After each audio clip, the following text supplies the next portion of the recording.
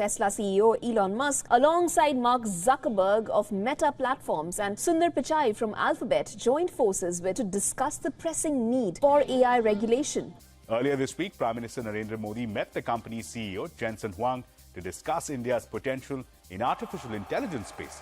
Netflix जो कि AI related solution के लिए एनुअल सैलरी 7.5 करोड़ देने के लिए भी तैयार है। वहीं पर दूसरी ओर आपने न्यूज़ में सुना होगा कि एनवीडिया जो कि ग्लोबली 80% मार्केट को कंट्रोल करते हैं ग्राफिक प्रोसेसिंग यूनिट में, सॉफ्टवेयर हार्डवेयर AI टूल्स बनाती है, सेमीकंडक्टर चिप्स बनाती है, ने recently Reliance industry and Tata group के साथ पार्टनरशिप की है, जिसके through Tata group and Reliance Nvidia के सुपर चिप और क्लाउड का इस्तेमाल करके सुपर कंप्यूटर्स बनाएंगे। ये कंप्यूटर्स जो हैं वो 100 टाइम्स फास्टर होंगे नॉर्मल कंप्यूटर से।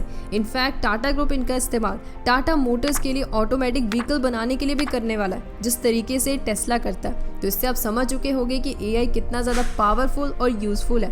तो आज इस वीडियो में मैं आपको ऐसे 4 AI स्टार्टअप्स बताऊंगी, जिसमें से जो थर्ड AI स्टार्टअप है ना, बहुत ज़्यादा इंटरेस्टिंग है, क्योंकि वो AI को ना अलग वे से डिफाइन करता है। तो अब हम वीडियो को शुरू करते हैं, जिसमें पहला है हेल्थ केयर सेक्टर में सेक्टेबल। आपको पता है कि हमारे भारत में पैथोलॉजिस्ट, मतलब जो कि हमारे ब्लड सेल्स के कितने WBC सेल हैं, RBC सेल हैं और यूरिन सैंपल्स को एनालाइज करते हैं, वो कितने?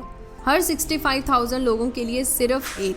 वहीं पर टोटल 1.4 बिलियन लोगों के लिए सिर्फ 20,000 पैथोलॉजिस्ट हैं। यही सेम सिचुएशन US और चाइना में भी है। इनफैक्ट जिन मशीन्स का इस्तेमाल किया जाता है इन सैंपल्स को एनालाइज करने के लिए, वो भी काफ़ी ज़्यादा महंगी हैं। इसीलिए 2015 में दस्तीदर ने ये कंपनी सेक्टेबल की शुरुआत की, जिसमें ना उन्होंने एक डायग्नोस्टिक डिवाइस बनाया AI100, जिसमें AI की हेल्प से काफ़ी चीज़ें आसान हो गई। कैसे? तो सबसे पहले पैथोलॉजिस्ट अपने पेशेंट्स के जो सैंपल्स हैं उसको इस डिवाइस में डालते हैं, फिर उसके बाद AI की हेल्प से मल्टीपल डेटा को वो इकट्ठा करता है और हमारे सामने माइक्रोस्कोपिक व्यू में जो भी उसने सैंपल दिया था, मतलब हमने जो सैंपल डाला था, उसको एनालाइज करके एक रिपोर्ट बनाकर देता है। क्योंकि इस डिवाइस में ना 2 AI एप्लीकेशन है। पहला है शोनित जो कि ब्लड सैंपल्स को एनालाइज करता है, दूसरा है श्रवा जो कि यूरिन सैंपल्स को एनालाइज करता है। In fact company world wide hospitals जैसे कि HCG hospital, Thyrocare, Krishna diagnostic को अपनी सर्विसेज प्रोवाइड कर रही है। अगर हम फंडिंग की बात करें ना, तो कंपनी ने $50.5 मिलियन के फंड्स रेज किए, जिसकी वजह से 2021 में कंपनी की वैल्यूएशन थी $64.8 मिलियन, जिसमें कंपनी का एनुअल रेवेन्यू था $140,000।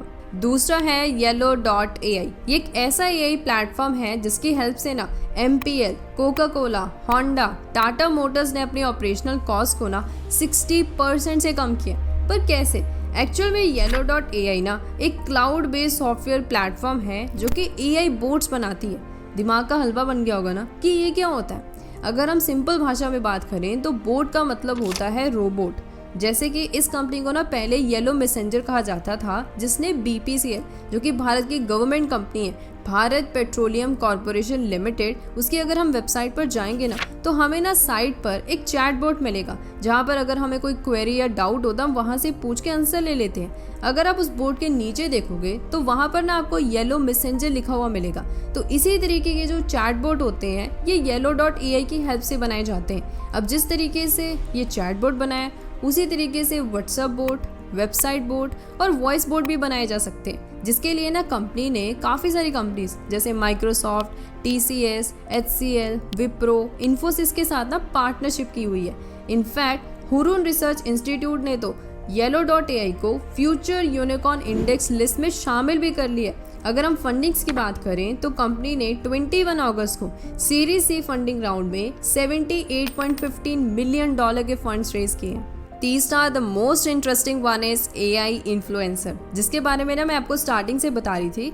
एक्चुअल में एक फिक्शनल कैरेक्टर है जो कि 3D वे से बनाया गया, जिसका नाम है कायरा, जो कि ना अलग अलग कंपनीज के साथ मॉडल के फॉर्म में कोलैब करके उनके ब्रांड्स को ना प्रमोट करती है। जैसे कि अभी तक कायरा ने Amazon prime video, boat and John Jacob के साथ कोलैबोरेट किया। इंटरेस्टिंगली ये भारत की पहली वर्चुअल इन्फ्लुएंसर है, जिसको बनाया है एजेंसी FUTR स्टूडियो ने, जिसके को फाउंडर हैं हिमांशु। अगर आपको याद हो तो अलग अलग कंट्रीज ने खुद के वर्चुअल इन्फ्लुएंसर बनाए हुए हैं, जैसे कि साउथ कोरिया ने रोजी, यूएस ने लिल मैकेला एंड साउथ अफ्रीका की शुदू।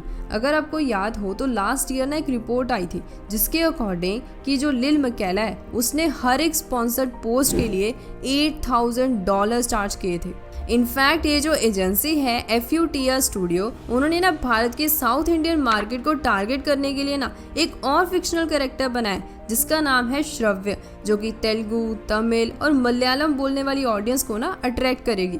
अभी एजेंसी की प्लानिंग चल रही है कि वो 5 और कैरेक्टर्स को क्रिएट करने वाली है। इसी के बीच एक ना काफ़ी इंटरेस्टिंग रिपोर्ट सामने आती है जो कि एक AI powered influencer marketing platform जिसका नाम है हाइप ऑडिटर उन्होंने निकाली थी, जिसके अकॉर्डिंग ये जो वर्चुअल इन्फ्लुएंसर्स हैं उनको देखने वाली ऑडियंस का जो एंगेजमेंट रेट है ना वो 3 गुना ज़्यादा है रियल इन्फ्लुएंसर से। क्या यही कारण है जिसकी वजह से कायरा के 2 लाख फॉलोअर्स हैं?